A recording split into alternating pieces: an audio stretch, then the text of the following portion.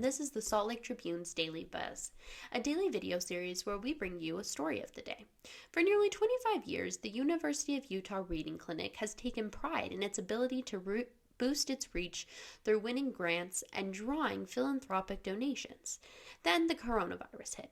With shifts to online learning, interruptions as schools later dealt with outbreaks, and other challenges, children's reading skills in Utah and across the country have plunged.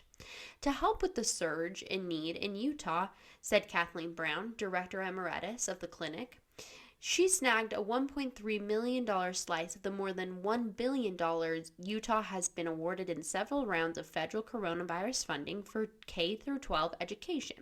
The final deadline to spend this last round is September 2024. While some states have been slow to spend, a March analysis by the think tank Future Ed at Georgetown University put Utah just below the 50.5% national average. Utah had spent 49% of the main funding stream, known as Elementary and Secondary School Emergency Relief, or ESSER funds.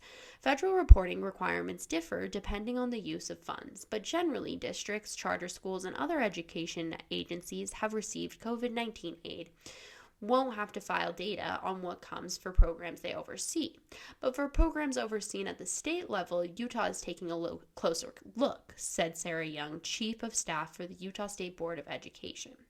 Besides the federal requirements to report how and when the funds are spent, she said, the state board is working with legislatures and Governor Cox's office. In 2020 and 2021, Congress passed 3 rounds of ESSER funding for public schools and private schools, totaling $190 billion.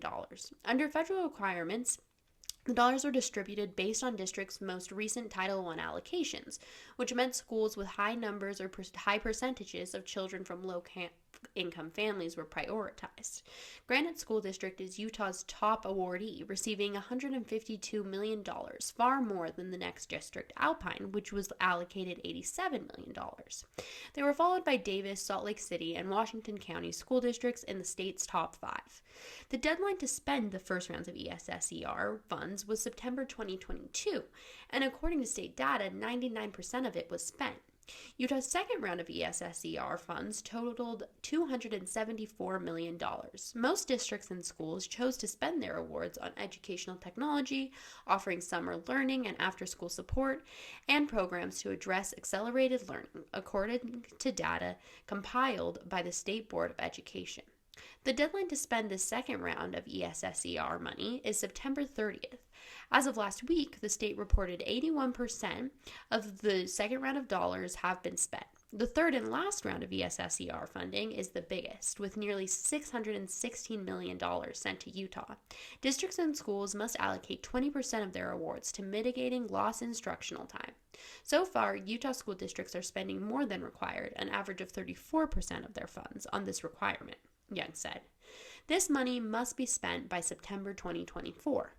States were allowed to reserve 10% of each round of ESSER funding for special projects related to learning loss and COVID-19 recovery. Utah's state reserve totals more than $95 million, and members of the State Board of Education voted on how to spend it. Big ticket items included $3.5 million for K-12 personal protective equipment and thermometers, $10.5 million in educational software and technology, $11.9 million to launch statewide literacy initiatives, $20.8 million distributed to school districts and organizations for after-school and summer enrichment programs. Though the drop in the academic performance of Utah students has recovered slightly, it is not yet on par with pre-pandemic levels. While Brown said that she's grateful for the additional money that the clinic received, the problem will persist long after the COVID-19 funds expire. Kids are coming into the clinic and they're in 3rd grade, but they're reading on an early 1st grade level, Brown said. And it's not just a couple of kids, it's thousands of kids. And those are the kids who were most hurt by COVID because their instruction was so disrupted, she said. So we want to know what you think.